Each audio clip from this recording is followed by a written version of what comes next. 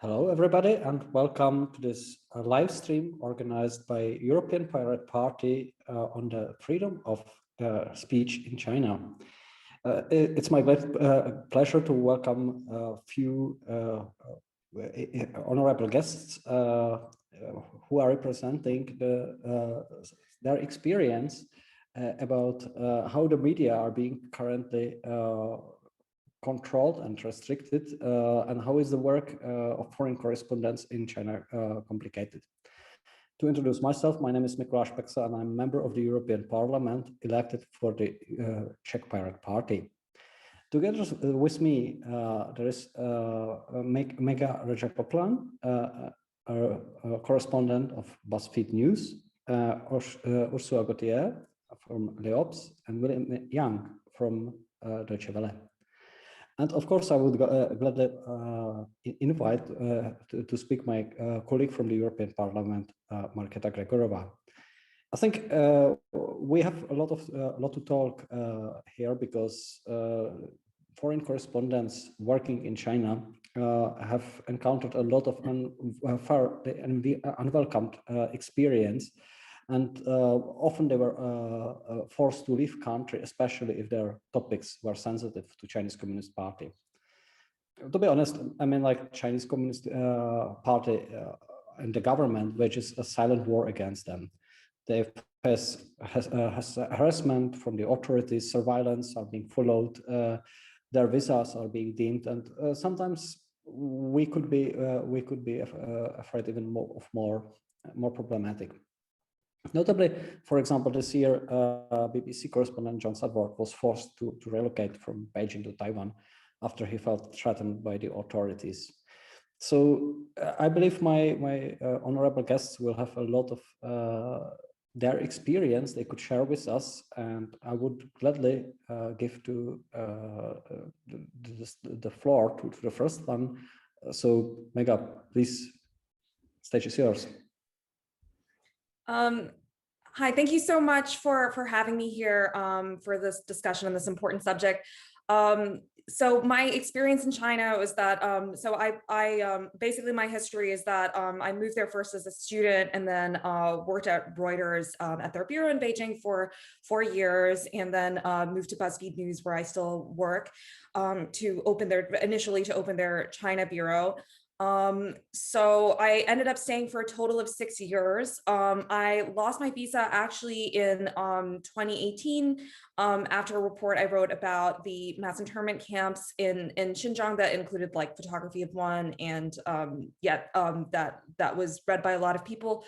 During the last year of my time in China, I also served on the board of the Foreign Correspondents Club of China, which meant that I was part of an annual survey that I worked on an annual survey that they do of working conditions there. So it's a subject that I'm still very much interested in and try to keep up on. And and I'll just end by saying that, the year that I left, I think we were all in the midst of talking about how access and other working conditions for foreign correspondents and our Chinese colleagues had deteriorated. And in the years since, they've deteriorated, it looks like even more and sort of even more quickly. And because the kind of global public has a disproportionate reliance on international media to receive accurate information about China because of the heavy censorship and restrictions imposed on the domestic media in China. This is an issue that should really concern everybody that is interested in learning about China, learning about current events in China, and getting an accurate picture of what life is like in China and what China means for the rest of the world.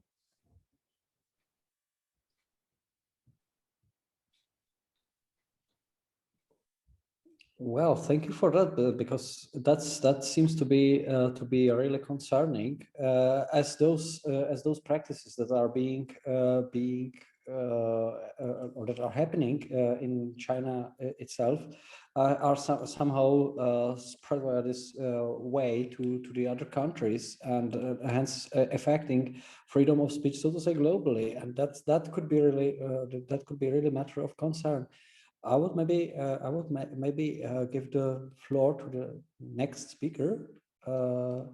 Ursula, the stage is yours. Hello, thank you for having me. Yes, I'm very happy to speak about this topic, which is not only a topic about journalists and not only a topic about China. It's a topic about freedom of expression and of information all over the world today. When I lost my visa in end of 2015, it's because I had written an article that the Chinese government didn't like. It was about the Uyghur region. It was about the way the Uyghurs were treated at that time. It was before that the camps and the concentration camps and everything began, but it was already pretty harsh. So this article displeased them, so they decided to not renew my visa, and I was de facto expelled at the end of 2015. But until then, I can say that it wasn't easy, but we could go to places, even to Tibetan areas, not Tibet with the Tibet region, capital Lhasa, but other regions with Tibetan inhabitants. It was open and it was quite okay to go there. Usually when you go in those places, you're always followed by a number of people, of cars, etc., etc. But I can say that in 2013, 14, 15, when I went there quite often, I could manage without being followed, and I could meet people, I could talk to people, which is, as I spoke to my colleagues there in Beijing, in Shanghai today, it's quite impossible today. It's not only because they have put so many other so much more, cops, etc., followers of every foreign journalist who goes there, who goes in those places, but also because of the surveillance on telephones and the cameras and all this network system of surveillance everywhere. So that it's interesting, it's paradoxical. One of my colleagues who went recently to Kashgar, he felt that it was a bit less than 1 year previously. He was less followed. He could almost, go by the city without being followed. But then he understood that they were followed in another way. It was all this system of cameras everywhere. Anyway, it seems that in those places, 5 years ago, people would talk to you. People would not be, defiant. They would answer to the questions, and especially ordinary people. But nowadays, it's quite impossible.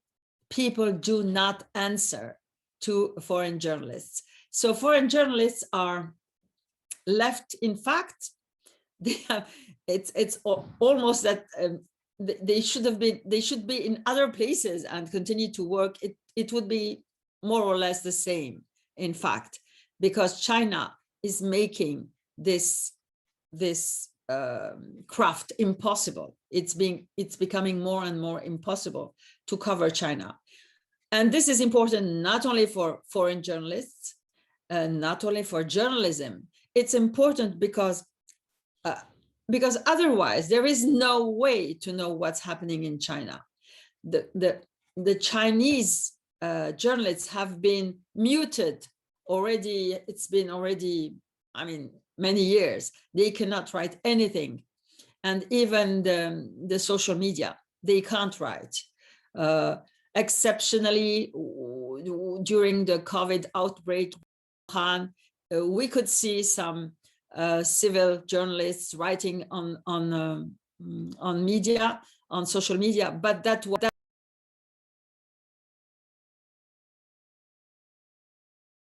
and there is no way to be to be aware of what's going on in China if there are no foreign journalists. And given the fact that China is more and more actively seeking to be present in our world, in our side of the world, and seeking to influence, and even more, maybe even more, whatever. And it's very important that we know what's going on there, so that we can be able to tackle what they are planning to do here. Well, that sounds very much reasonable. I mean, like, I'm a lot in touch, with people from Tibet, and I'm honestly not able to explain them how is it actually possible that it is almost impossible to get access to Tibet, and if so, to actually speak with people over there, while sometimes like Chinese citizens and even operatives of their intelligence services are moving freely across Europe, asking for whatever they want, getting whatever information they want. So I believe there should be certain like reciprocity in that sense, to really like, we are interested in what's happening in China. We are part of the same world. We are part of the same planet, and we expect that we will get the information. I mean, like, not only for simply civil purposes, but also very much for like scientific. I mean, like, how do we actually know what happens to the environment, what happens to the ice in Himalaya mountain when we are and not allowed to go there and just do a simple research. That's weird. That's correct. Well, I would like just to say that the theme of reciprocity was a very important one when I was in China, and I was also at the board of the FCCC. And I remember that we talked a lot about this reciprocity thing, and we never quite could convince our own governments that that was something reasonable to ask. Yep. That's surprising. I would maybe give a floor to our next guest, who is William Young from the Deutsche Welle. So we would really see your experience. Yeah, so my experience of reporting on China actually started when I was working with Megha in 2018 at BuzzFeed. At the time, it was kind of like, I think things in the situation in China was really changing really fast. And I think we were trying to see, like, if it's possible for her to maybe work with someone outside of China on some sensitive topics, because in the past, over the year before that, we have already seen a lot of censorships and pressures on Chinese journalists working with foreign media. And so that was how I got my foot into the China reporting world. And I still actually remember the day that when we learned that Megha was not able to go back to China. We were actually together in Hong Kong attending an event, and it was really just like that. She was only, and she was not even planning to leave China for a long time, just for a weekend. And then the next thing she learns, she's outside of China for many months. And then I think that explains the unprecedented situation that foreign journalists will be facing, and also the risks that they will be facing. A lot of the times, it's even like they won't even be allowed to go back to move their things or to properly have a closure to their time in China, and all of a sudden that's just the end. And I think for me is over the last 2 years, before 2020, I kind of felt like I was an interesting role in the China reporting world because I was so close to China, but at the same time, as a Taiwanese national, I would never be able to work in China as a journalist. Even for any foreign media, even for Chinese media, it would be really hard. And let alone reporting on some of the subjects that I've been reporting on, which is a lot of the civil society, human rights related stories. I started learning about reporting on Xinjiang because I worked with Megha, and then later on I follow up on that. And then I was in Hong Kong in 2019. And that was really another shocking year that we really saw the censorship and the crackdown on freedom of speech just arrived in Hong Kong all of a sudden, and journalists being at the front line were being treated as criminals and suspects, and we faced all kinds of very different and difficult and even sometimes dangerous situations that you would not expect. In the past, when we go to Hong Kong and cover a rally, you would just feel like it's a very peaceful march that you can just walk with the people, talk to them and chat with them and then get some colors of the march.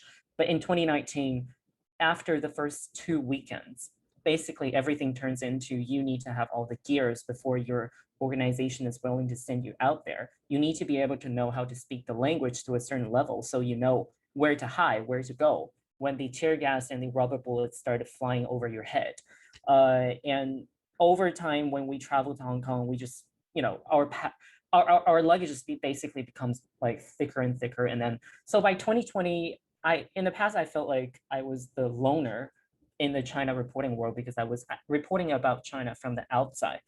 And in March 2020, when the more than a dozen American journalists got kicked out, you know, including not being able to report in Hong Kong and Macau, which were also unprecedented because in the past, when journalists can no longer report from China, Hong Kong was the ideal place for them to continue their reporting. But then the Chinese government basically moved the red line, moved the goalposts even further than before. And so the only like place that makes sense is Taiwan, which in the past you would never imagine that we will suddenly have so many foreign journalists from some of the like most well-known international media outlets being sent or being forced to come to Taiwan. I mean, jokingly, we call them refugees, but like for someone who reports on China, I think it's really sad because a lot of the access that they used to be able to get that I would probably never be able to get is so valuable that you know how hard it is for them to be able to earn that and to fight for that. And then seeing them right now here with me still, most of them are still here in Taiwan more than a year after the spat between the US and China happened. And like, basically it's like journalists suddenly just become the collateral damage. They don't have the control of, you know, the say over it. And then they also don't really have the leverage to really fight for their rights to supposedly get the access back into a country that they're being appointed to, being assigned to. And then over the last year, we see more of the two Australian journalists forcing to leave. And then we see John Sethworth, he came here to Taiwan early this year. It suddenly just seems like reporting from Taiwan on China becomes a new reality that, you know, foreign journalists are like having to face. And then we also now have even more foreign journalists who are waiting for their visas to be approved in China. They're waiting here in Taiwan. And so this suddenly, I'm actually now the president of the Foreign Correspondents Club. And so we see this rapid change of our membership dynamic, the conversations that we're focusing on. It's interesting, but at the same time, it's concerning because when Hong Kong and China are no longer the places where topics like the human rights, freedom of expression in China can be discussed. You know, in Hong Kong now, if you hold an event like that, you can be violating national security law, and it's applied to all nationals, no matter where you're from. You can be sued, you can be charged, you can be sentenced, you can be detained under that law. Even if you're outside of Hong Kong, like you can still be like held accountable under that law. So all of a sudden, like this is the new reality that we're facing. And like, I think for many of us, we're still trying to make sense of this and then try to see how long this is going to last, or is this just going to become the new reality as China tries to really push its ambition outward. Yeah, sorry if I say a little bit too much, but. To be honest, this is kind of like surprising situation. So you already say that actually these journalists are moving from China to Taiwan. I mean, like, by all means, this is another country, so they are actually no longer able to operate in the country they were assigned. This is really a ridiculous situation. Well, nevertheless, I mean, like, maybe there are some more questions also from our followers. So if you are willing to raise a question, please do not hesitate to use the chat on the YouTube. We are collecting that, and we will answer the question at the end of our session after all the initial talks. And now I'm slowly getting to the last of the initial talks that will be provided by my dear colleague Markéta, who is working in the Committee for Foreign Affairs in the European Parliament and has a lot of experience with digital issues and sharing of the information in the international relations. All right, thank you, Mikuláš. And of course, I do not want to destroy the format. However, I need to point out that I've seen Megha to switch on her microphone. So if she wants to actually react to William, maybe, I don't know. Sorry, I don't want to break your format. I just saw it. So I also want to give the opportunity to have the discussion, flow naturally. I was just going to add very quickly, and I'm very sorry I don't want to take up your time, but just to expand a bit on some of the points that William made in order to kind of better frame this discussion for people who are coming in with like not having watched it as closely. So essentially, like, starting in, like, a lot of people think that journalists were always being thrown out of China, and this has never been a country that was super friendly to freedom of the press, and that is true to an extent. But essentially, in the kind of post Tiananmen Square movement era, the government was not throwing out foreign journalists at a very fast pace. And starting in about 2011 or 2012, occasionally journalists like Ursula and myself would lose their accreditation. It seemed in retaliation to particular things that were done. And that was a thing that was very hard to predict. There were a lot of kind of politics that were happening that weren't necessarily visible. But it was happening at a kind of a slow enough pace that it wasn't seriously impacting the quality of coverage, like as an overall thing. And that's one of the things that has really started to change, which William alluded to. So last year, I think there's 18 correspondents, foreign correspondents that we know of that have lost their accreditation. The real number is likely higher than that because news organizations want to continue to get accreditation for new people, so they are disincentivized from making that public. On top of that, there have been additional reports that correspondents that have stayed in the country have been issued much shorter visas, right? Like 1 to 3 months. So if you think about that in practice, if you're moving to another country and you're being told, okay, actually you can only stay in 1 to 3 month increments. Like, what if you have children that are school age? How are you going to unpack your stuff and buy furniture? It's a real disincentive to people who want to cover the country from inside. And the third thing I wanted to mention is, like, what has the pandemic's impact been on all of this? So I guess I can say anecdotally, based on my contacts who are still there, I think everywhere in the world, the pandemic has obviously impacted mobility and access for journalists.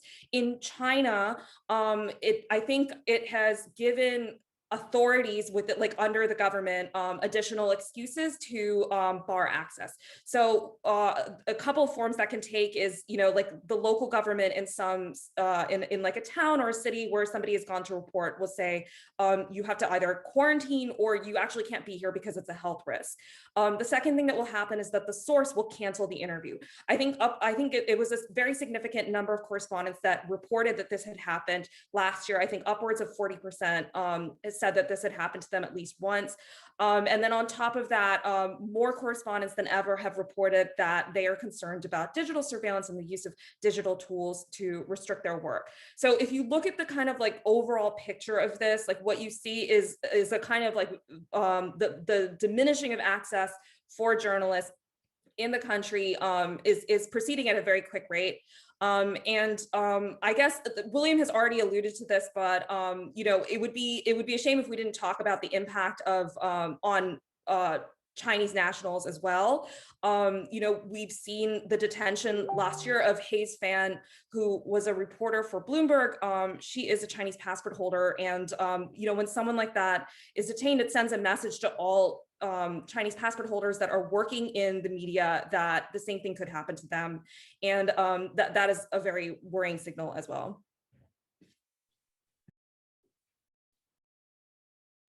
Yeah. Thanks for that. I'm happy that you spoke instead of me, because that was very, very important, enlightening. So now I will follow in the format that Mikuláš planned ahead. So sorry for this. Given, of course, that you are actually from practice, and I am in the European Parliament and within the European Union, I think we should more listen to you. But also that is why I would like to focus on what the European Union is doing, and maybe also already ask a few questions to you on what can we do, or how can we help. So to begin with. Well, I'm sorry to say that the European Union has done seemingly everything we could to make the CCP understand that our business interests in China far outweigh any other principles and values, such as independent media and investigative journalism. Of course, it doesn't count for everyone, but we are not trying enough, let's say. So my first thought is, how, as an MEP, can I affect the situation? And the freezing of the investment agreement has had seemingly no effect. And equally, the recognition of the genocide in Xinjiang by increasingly more member states also does not seem to have any moderating effect on the violence and brutality of the CCP. So I'm wondering what you think of reciprocal actions, for example, removing accreditation or visas for Chinese state media staff in the EU, or even banning some Chinese media in the EU altogether. An eye for an eye leaves us all blind, as we know, but such measures could increase the cost of kicking out our journalists and maybe even reverse it.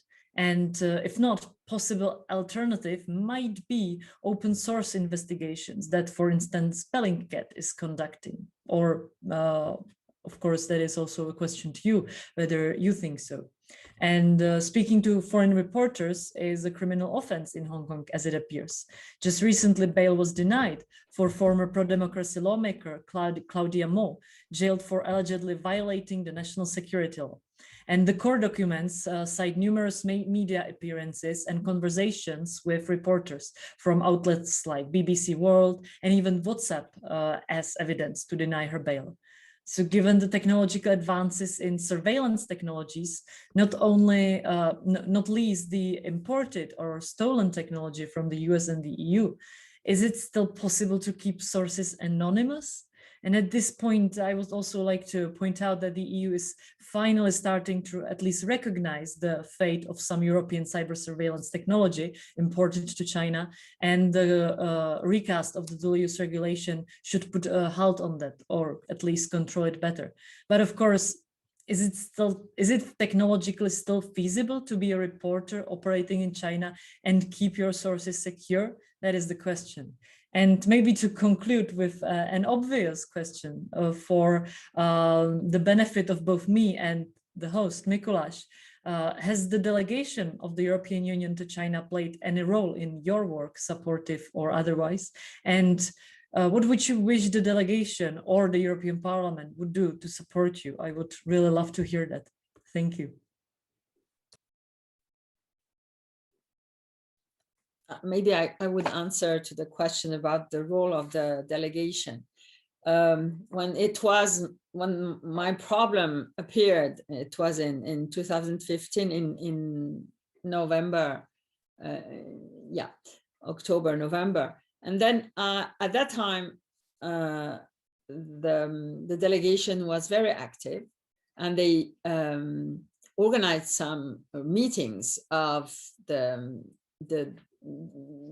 ambassadors of the European Union countries.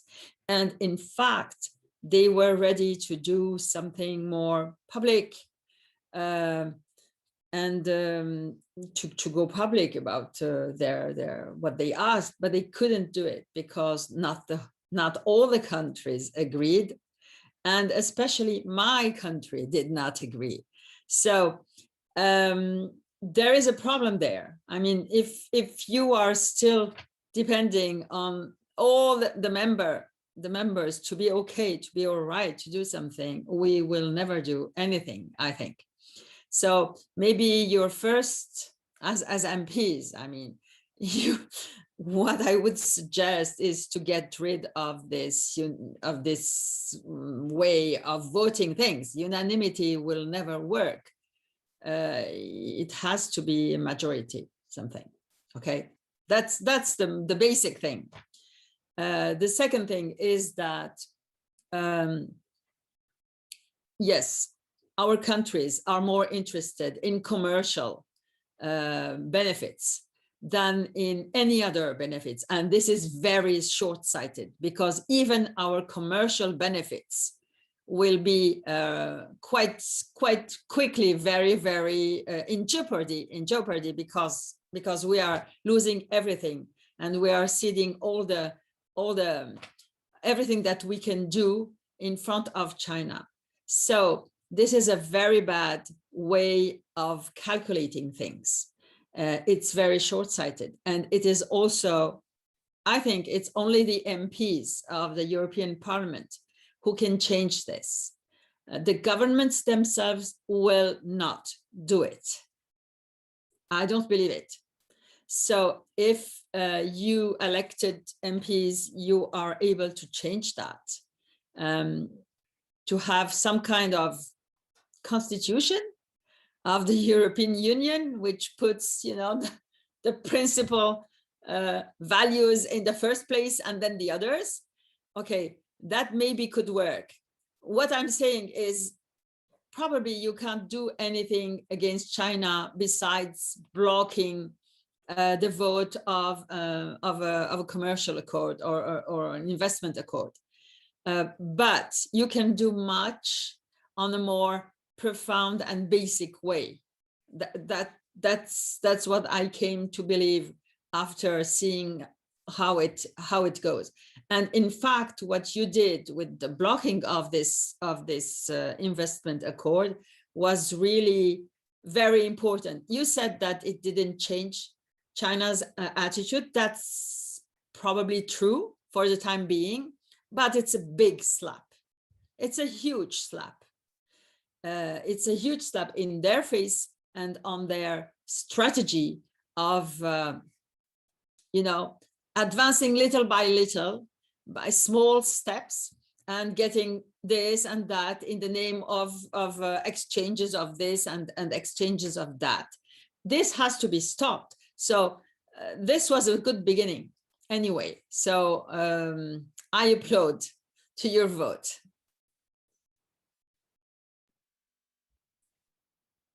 Yeah, and I would just add, I think that's a really good point. And I think it's really important in these issues around like advocacy for freedom of the press and other fundamental rights in the China context to view it as like kind of a long time scale. Like this is not a country that's having elections every 4 years where there's a change in leadership. This is a country with a government that's going to be sticking around probably for a while. So, I mean, a good example of this is Liu Xia, who's the wife of the Nobel laureate Liu Xiaobo, who was imprisoned for his work campaigning on behalf of democracy and human rights. And Liu Xia was advocated for years. Like she was under house arrest by governments, by outside groups, in public, in private, on like many different platforms. And for a long time, it looked like it wasn't working until one day, like she left the country, and that was that. So, I mean, these processes are very opaque to us looking at it from outside. I'm sure it's less opaque to people who work in diplomacy and are engaged in these conversations all the time. But I think it's important to recognize that even though we can't see the process working, it doesn't necessarily mean that the process is not working. It may be that it will work. And I think Ursula made a really good point about incremental changes. We see this in the context of political prisoners all the time. it may not necessarily be that advocacy by, by a foreign embassy gets them released, but it may be that it gets them access to better conditions or access to a lawyer, or if they're a foreign national, access to, consular official. These are all important changes. They're worth, in my opinion, they're worth advocating for. Anecdotally, I've seen it work in that way. And I think that these things are still possible. Yeah.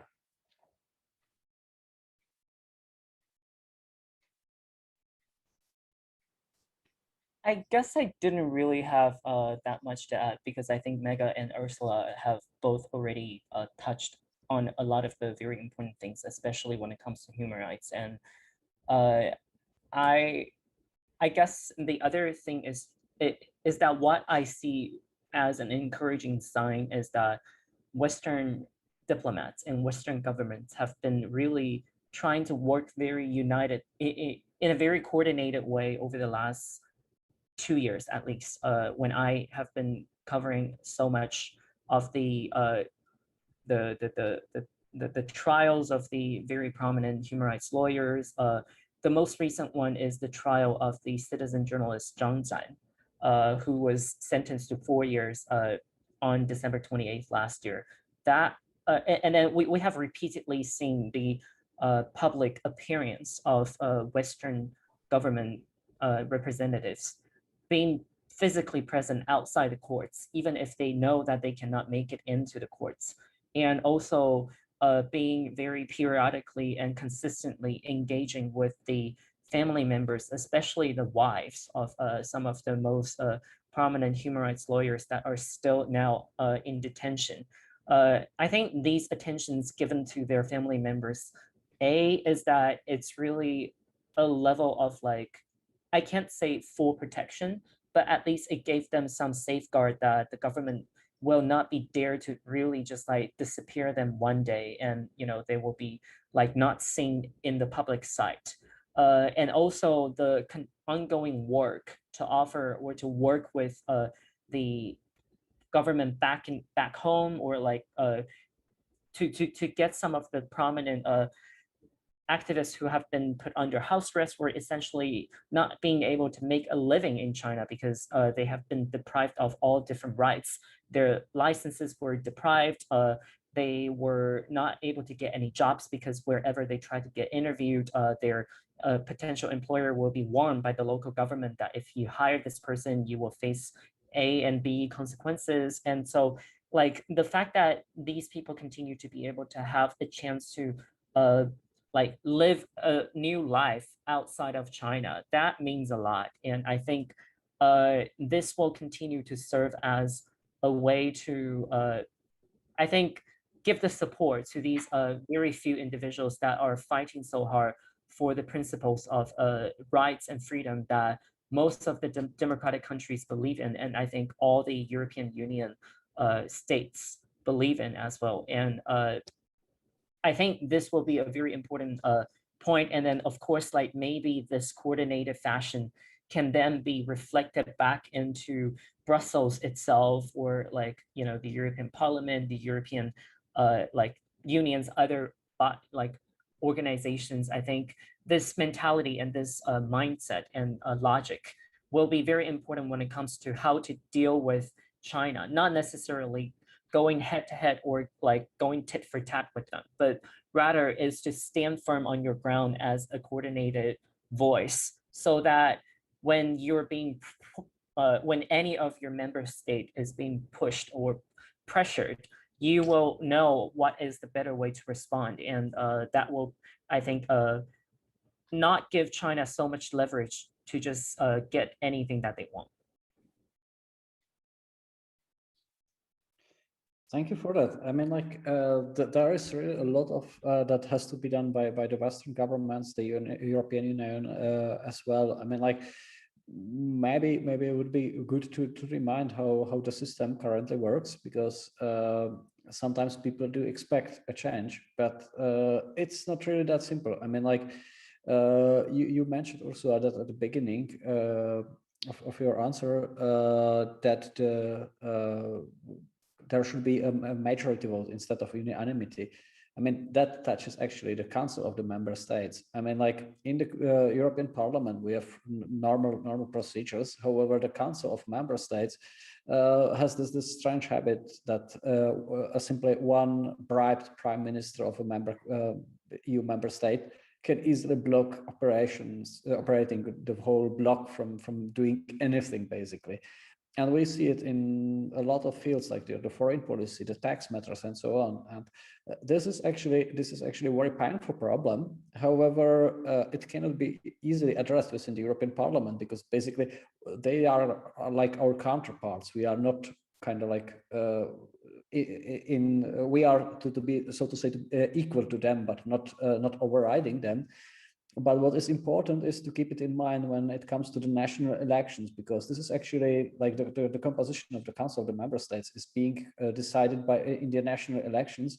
So be quite careful about whom you are electing for your national government, because that respective person will also affect the working of the EU and can block easily a lot of decisions.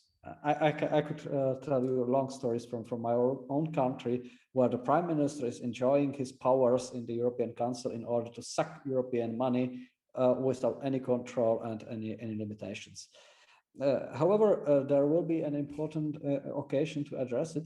We are starting the conference for Future of Europe, which shall discuss the reform of the EU. And I believe Markéta is the one who is very much interested in this particular topic. So maybe you can inform us what would be the, let's say, the options, how to move forward on that.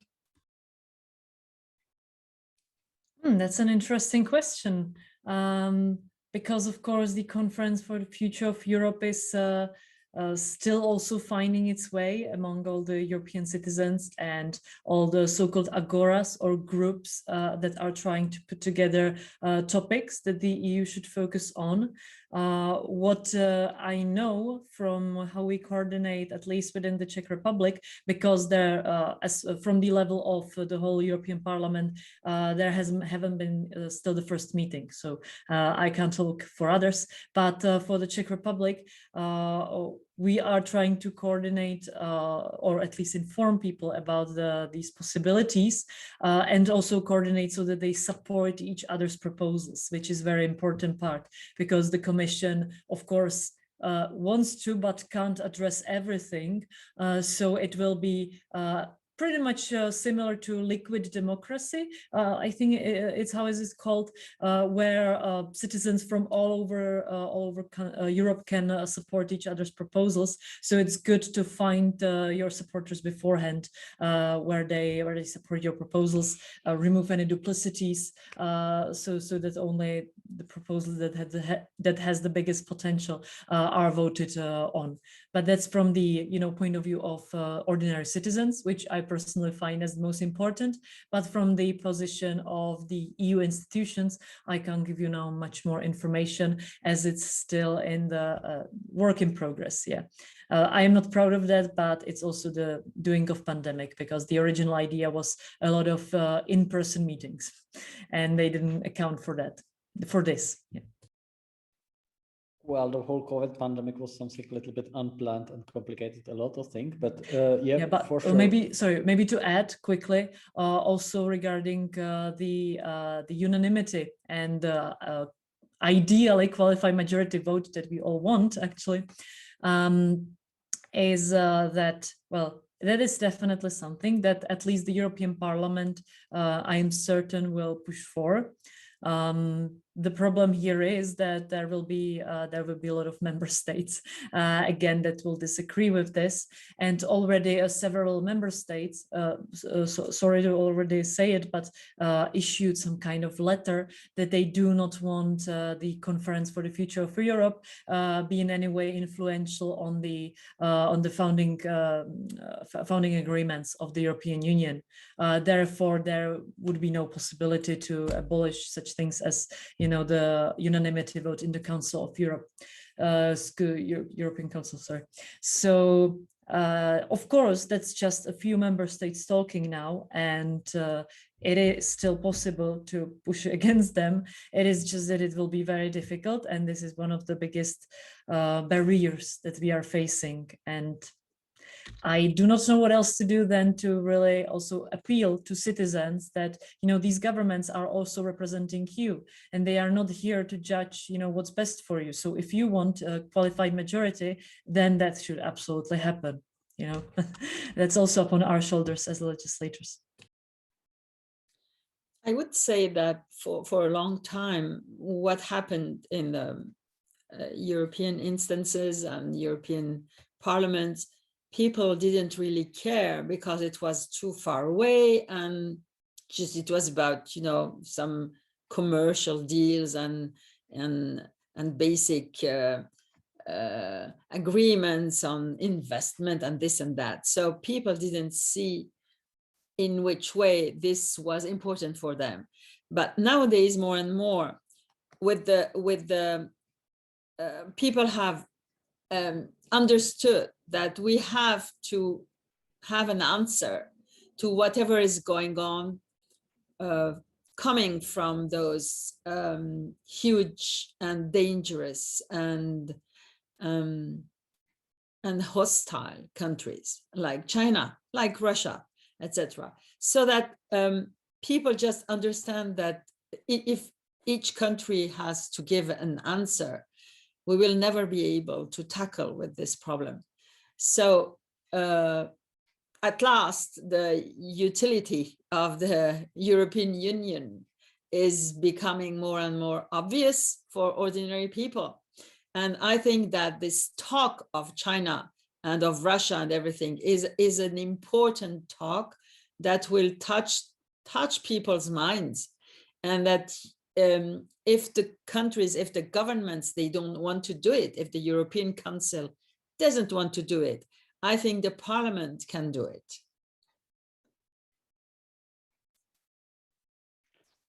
That's absolutely for sure. And I mean, like, I believe we are here all on the same page that we would gladly go for such a reform.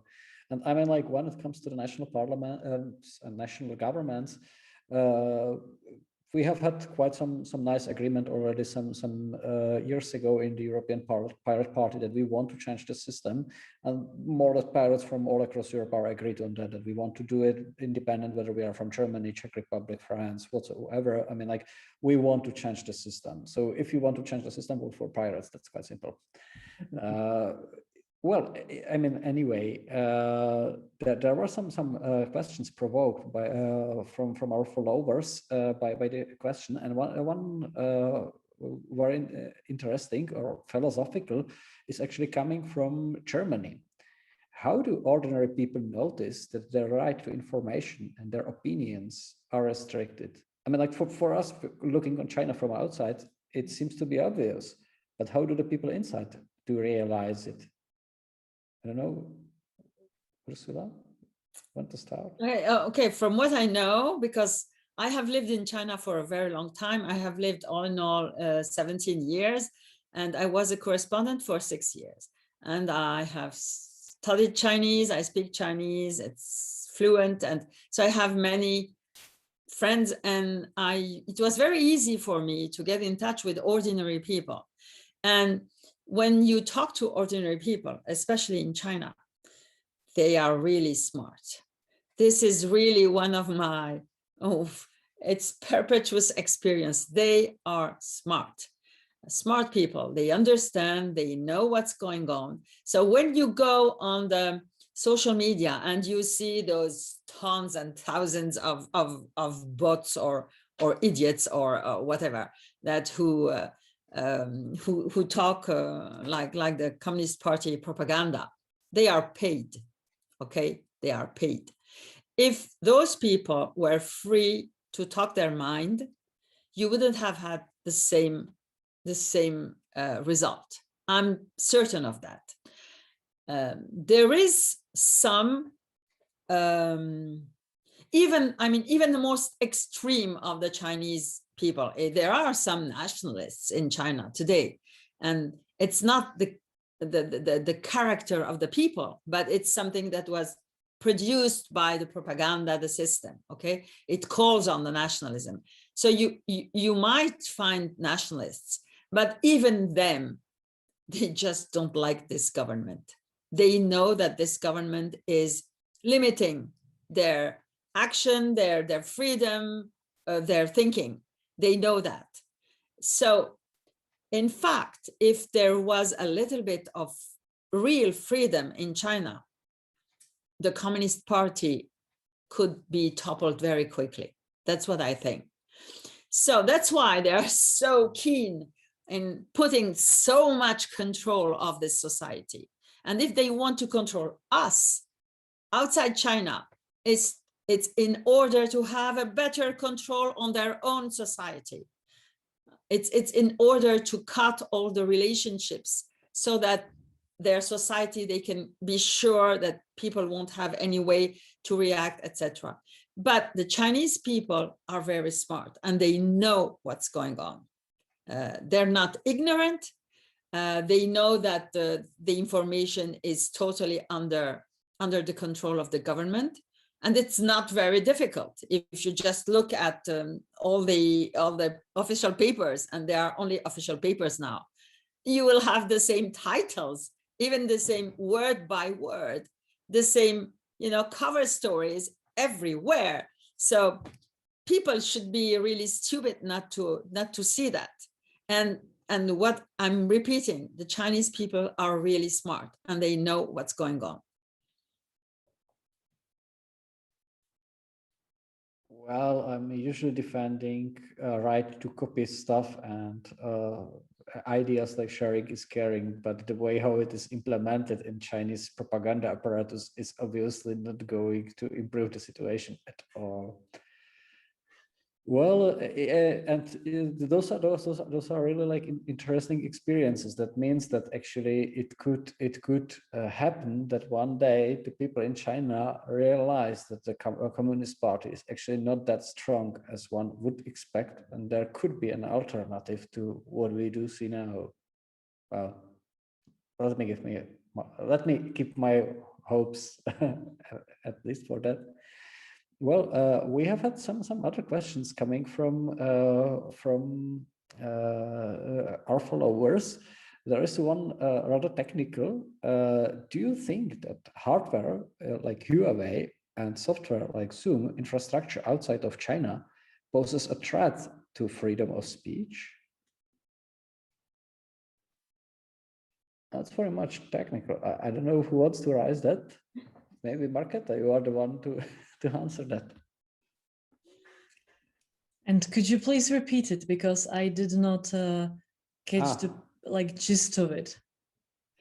Whether they think that Huawei poses threat to whom? To us or to Chinese citizens? Huawei and Zoom infrastructure outside of China actually poses a threat to freedom of speech. I thought it is intended to ask the question about our European situation, whether it can cause troubles to us actually.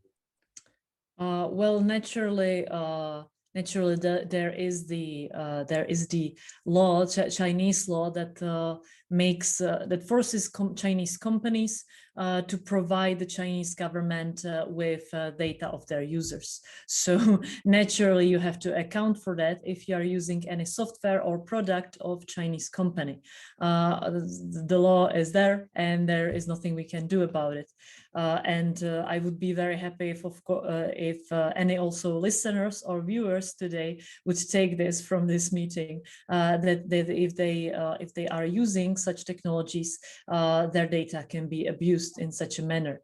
As for Zoom, that's of course an American company as far as I know, and correct me if I am wrong, but there are of course other potential threats to our data, but I do not think that such threats are based on selling them to authoritarian regimes, such as selling them to corporations who are then trying to sell us as many products of them as they can.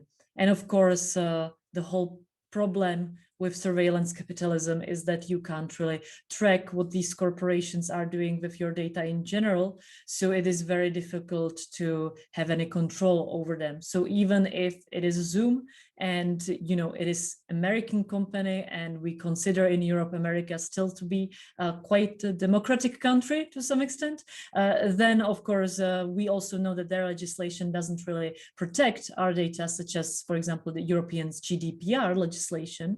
And thus we should also be aware that our data can be abused, such it happened in the case of Cambridge Analytica.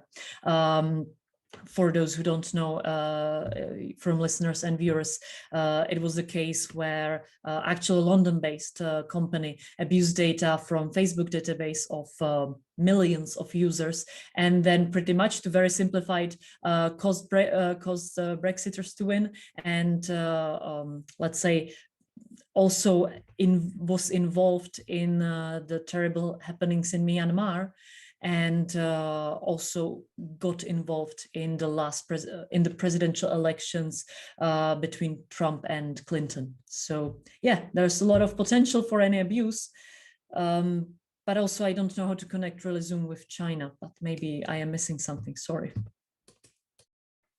Well, Zoom has a part of the is partly financed, it's partly owned by China. That's why I was a bit surprised that you use Zoom for this kind of events. We are very transparent when talking about our policies. I believe there is nothing forbidden and nothing to say. And I will be very happy should all my statements be followed by the Chinese government, sending my warm wishes to all the political representatives who will read it and see it. I don't care. I still believe we are living in a free continent, and we can do so without being afraid of any precautions.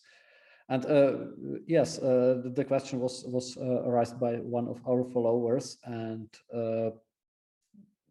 very much it is relevant, because what we see here is the problem of being unable to, let's say, follow all the structures of companies across the world. Sometimes it's pretty blurry and complicates to identify the final beneficiaries of the data.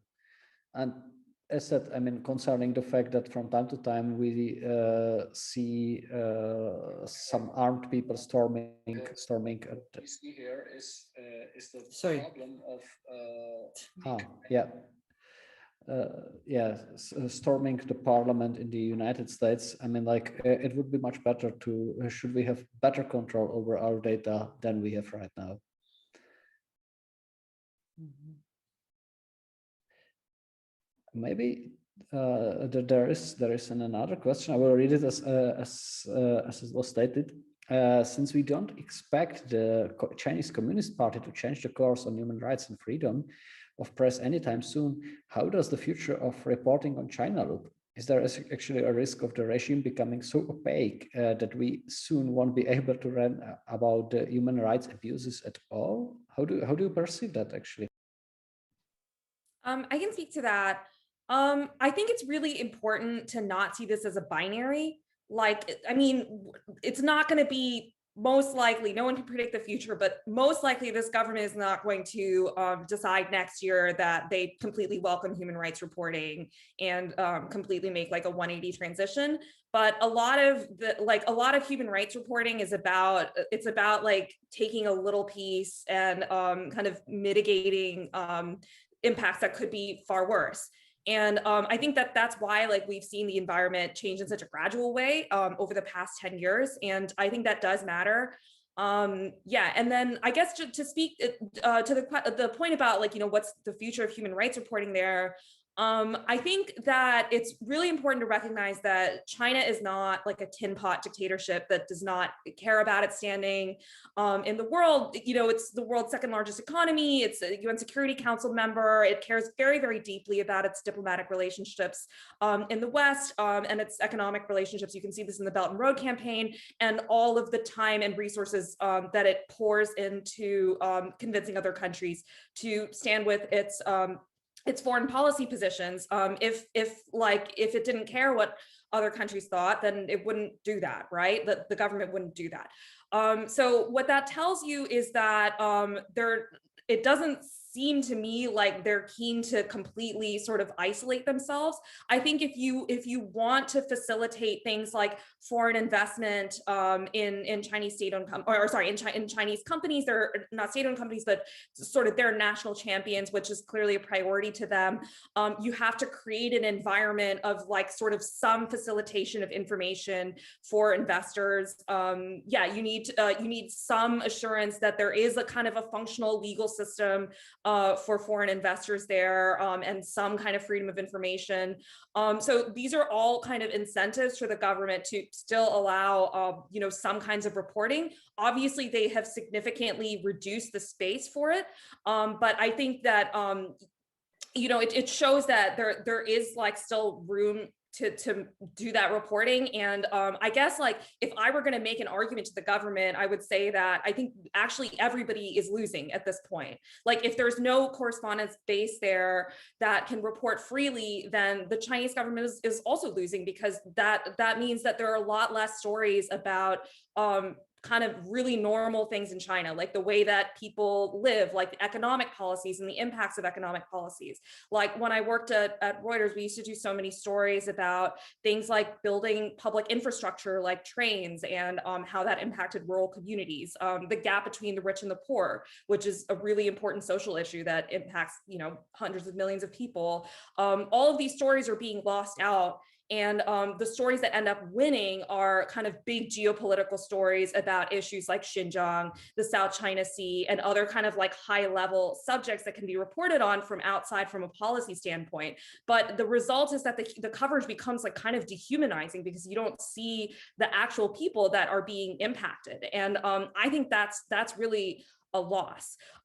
So I think for those reasons, like I would hope that it's not going to end up being an environment that's sort of hermetically sealed. And then the last thing I would point out is that there has been, like, I'm lucky that I've been able to do both. Like I've reported from inside the country, and then I continue to work on China related issues, particularly on the Xinjiang issue, from outside of the country. So I know what both are like. And, I value the people that I've been able to interview over the past 2 years, who are mostly exiles in places like Kazakhstan and Turkey, who have left the region very recently. And, we've done a lot of like kind of like quote unquote like open source intelligence type work where we look at like public satellite imagery and other public records and stuff like that to write about the mass internment camps. And you can definitely get a picture of the situation that way. But honestly, there is no substitute for being on the ground. There just isn't. So I think that it is really important to continue advocating for access on the ground. It's not irrelevant. It's not that the access is so bad that it's not even worth having, as it is in some other countries. So yeah.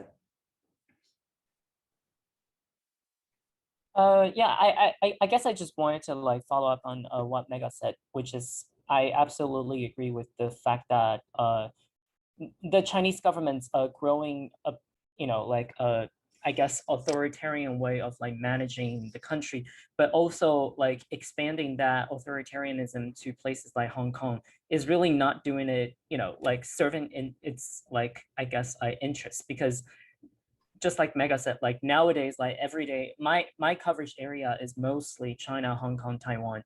Like every day, 5 days of a week, I will have 4.5 stories, or even sometimes 7 stories in 5 days that are all about how China is doing this or that to, undermine other people's interest, or like to really threaten other countries' sovereignties. That like footprint has now brought my coverage to places like Slovakia, to Australia, to places in Latin America. So that I think is probably, it's really not in the Chinese government's interest, but maybe they don't see that as a threat to themselves. But at the same time, it's like, I do also think that reporting on human rights stories from outside of China is still possible, even though I do agree with Megha that you will have very limited ability to get even more intimate when it comes to your storytelling, to your writing.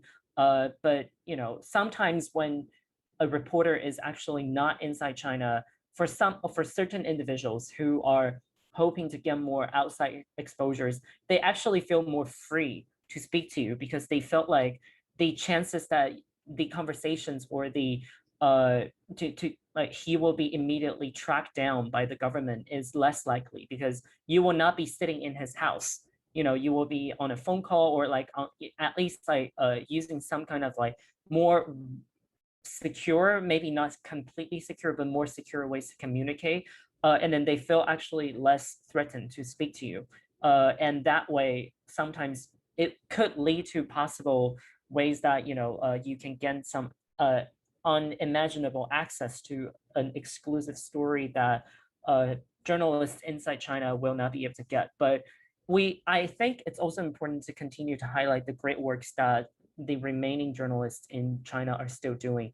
I wanted to go back. An example is LA Times reporter Alice Su. She was one of the first journalists who went to Inner Mongolia last year when the whole protests broke out about trying to safeguard their mother language, their culture, and she was physically attacked and threatened and even briefly detained. But she still delivered a story in a very, very courageously and I think great reporting way. And she continued to deliver that. I think for any of the correspondents that are now remaining in China, every story that they do, I think will be of like even particular like value to the outside world for their understanding about what's actually going on inside China. There's only so much that people like us outside of China can do. And we continue to try our best to do that. But I think it's the balance of like having people inside the country to do the on the ground work that cannot really be done from outside of the country. And for those of us who are outside of the country, we will continue to find ways to tell the China related stories and paint the picture of how extensive China's influence has become, I think, in different corners of the world, and how these influences and the impact are being transformed into different ways, because it really does reach to different aspects of actually our lives, in Czech Republic, in Taiwan, in France, in London. Like we can all see like traces of that, and it's growing every single day. And so I think, like this is a teamwork. It's not just saying like, we are, those of us outside now are actually outnumber the ones that are inside, which is again, very, very sad. It's hoping that some of these temporary so-called exiles can one day make it back into China and then continue to do the work that they're supposed to be doing.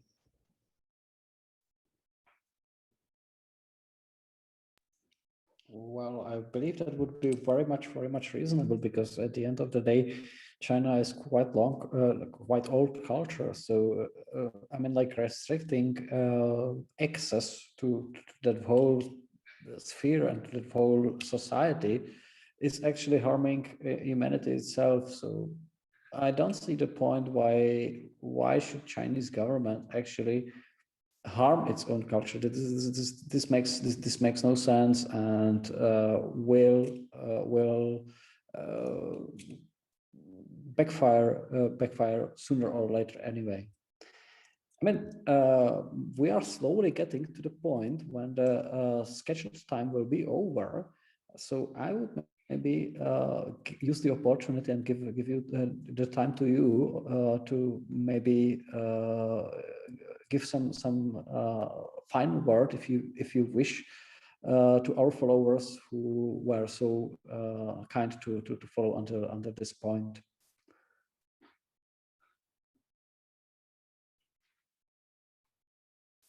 Shall we go in the same order as from the beginning, Ursula? Well, it was Megha who began. Oh, sorry, my fault. Yeah, I don't have too much to add. This has been a really good discussion. Yeah, and Yeah, I think the question of like how we didn't get too much into the policy side, but I think the question of how policymakers should respond to some of these challenges is a very interesting one. And I think that, I guess as an American, like the thinking on that has really evolved in the US. I follow the reciprocity debate out of interest, but I don't really, I think that there's good arguments on both sides, but I think that like someone said, you know, is it an eye? I think Markéta said, you know, is this an eye for an eye kind of thing? I'll be interested to see that now that reciprocity, quote unquote, has sort of started and become a part of US policy, albeit I guess starting under the last administration, what impact that that has on press freedom. I do think that the stakes are, as we've all said, like the stakes are very high here because there are so few journalists. We're talking about a population of maybe like a few hundred independent journalists that aren't working for Chinese state affiliated media that are covering a country with, you know, 1.5 billion people, right? And a hugely geopolitically significant country. So every journalist that has to leave or is silenced in some other way is like a very disproportionate loss, I think, loss to all of our understanding of the country. And yeah, and then I think one of the things that I learned when I was a journalist there, like, you know, I started my career there more or less.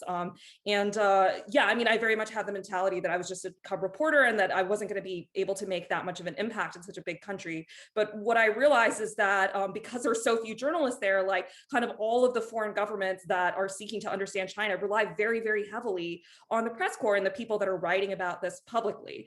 So I think in that context, like the stakes are truly very high, and it's something that is definitely worth advocating for. Yeah, I agree. I think that journalism hasn't nowadays has a bad reputation in our countries. I don't know why precisely, but it's the fact. And if they think of what the journalist can achieve in this kind of countries and the kind of very important insight they get, that others, diplomats, businessmen, etc., cannot get. So they could understand finally that this is a very important profession, in fact. So I think that many things would change in our worldview if we put in ourselves in the situation of looking to the current actual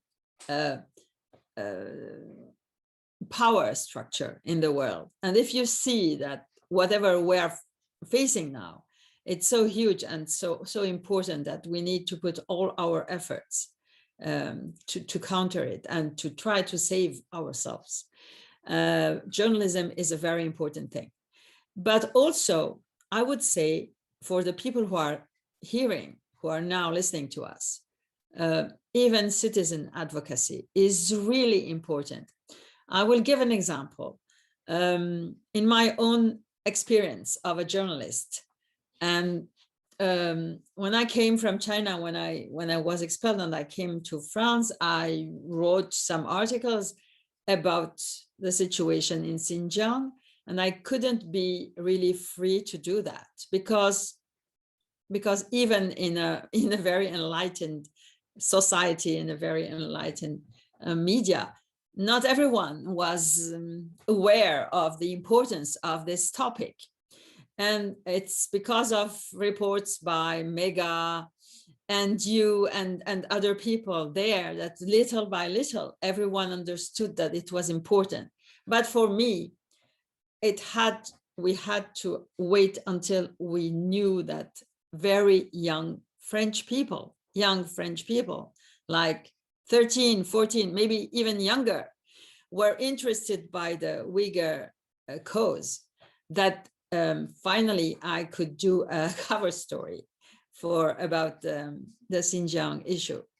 So what I'm saying is that those young people, very young, sometimes really adolescent, even in primary school, who are interested by a topic.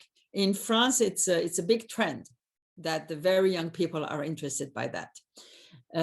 They can push, maybe not the governments, maybe not immediately, but they can push even important media to take into account the importance of a topic. And this topic of the Uyghurs has brought the young, I mean, it's by the hundreds of thousands of young French people to be interested to what's going on in China generally, not only about Uyghurs. Because you have the same problems with Tibetans, you have the problem with Christians, with Mongols, with even ordinary people whose children are being stolen to be sold to wealthy families. So you have this problem everywhere. So the fact is that the advocacy of young people about one topic will open their minds and their eyes and see what is going on, and this huge huge problem that we are facing now, that our governments do not want to consider, and the citizen can make them consider. I'm really convinced of that.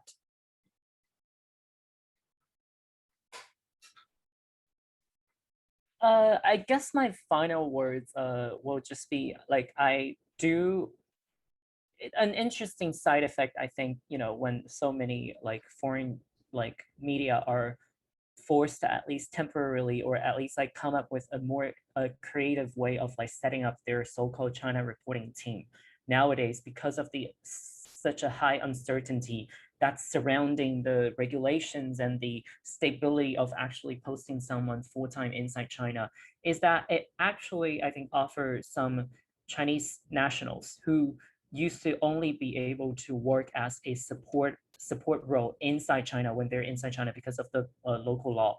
Now that because their company has a bureau outside of China, and then the reporting of like China from the outside has somewhat has to become a new alternative for all the international media to understand that it does offer Chinese journalists an opportunity to really be recognized for their importance and the roles that they play, and the very unique knowledge and their ability to bridge the Chinese society with the international community. So many of these Chinese journalists are Western educated, they speak perfect English, but at the same time they grew up in the country and they still keep very close touch to what's actually going on. They're almost like putting their hands on the pulse of the country by, you know, observing what's going on the social media. They have a very unique way of understanding what's maybe behind a social media phenomenon that people outside of that context cannot understand. So this does, I think, offer an opportunity, I think, for the outside world to see China through these Chinese journalists' eyes and reporting. And I think that comes with a different kind of value. And like working at a place, a European media like DW, the other thing is that, you know, while I think it's super important for us to continue to report in German, in English, in French, and all kinds of other languages for the audience outside, it's also, I think, equally important to report for the audience inside China, which is something that I used to didn't know until I worked with DW, that I have to start writing in Mandarin. And actually, most of our target audience are the people inside the Great Firewall. And, you know, when you actually realize that some of the most like ordinary stories happened inside the country is not even on their radar until some foreign media's Chinese departments start writing about it, it's very interesting to see that happen. And then I think it does, go back to what Ursula pointed out earlier, is that, you know, we can't just assume that people inside China are all just like being censored and their access to information is completely lack and they have no knowledge at all about actually what's happening around them. But rather is, you know, whether they choose to openly talk about it or comment on it or not, is another thing. But sometimes, you know, when we're working on stories like the Wuhan outbreak, when it just first came out, it was surprising to see how many Chinese citizens were actually willing to use different ways to connect with the outside world and share what's actually happening with the outside world. That's how I got to report on my reportings during the initial outbreak and the total lockdown over there. So I think it's very important for the outside, for the foreign media to continue to engage with the people inside China so that, you know, the access and the channel remains, even if your physical access currently is not possible to be fulfilled.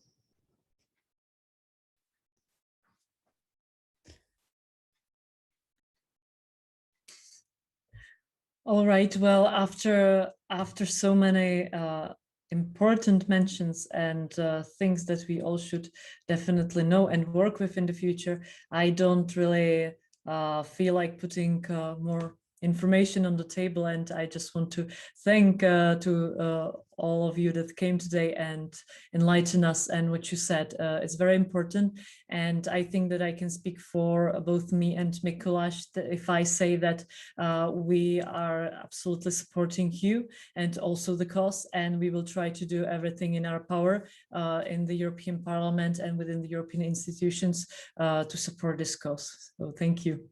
Thank you. Thank you. Thanks for having us. Thank you. Thank you very much for taking the invitation, and thanks also to all our followers who are following this topic. I believe it is very important, and we shall take care of, because the freedom of speech and the journalism are indivisible values, and if it is violated in China, it has influence all across the world. Thank you so much, and see you soon by another stream from the European Pirates. Thank you. Thank you. Bye. Bye-bye.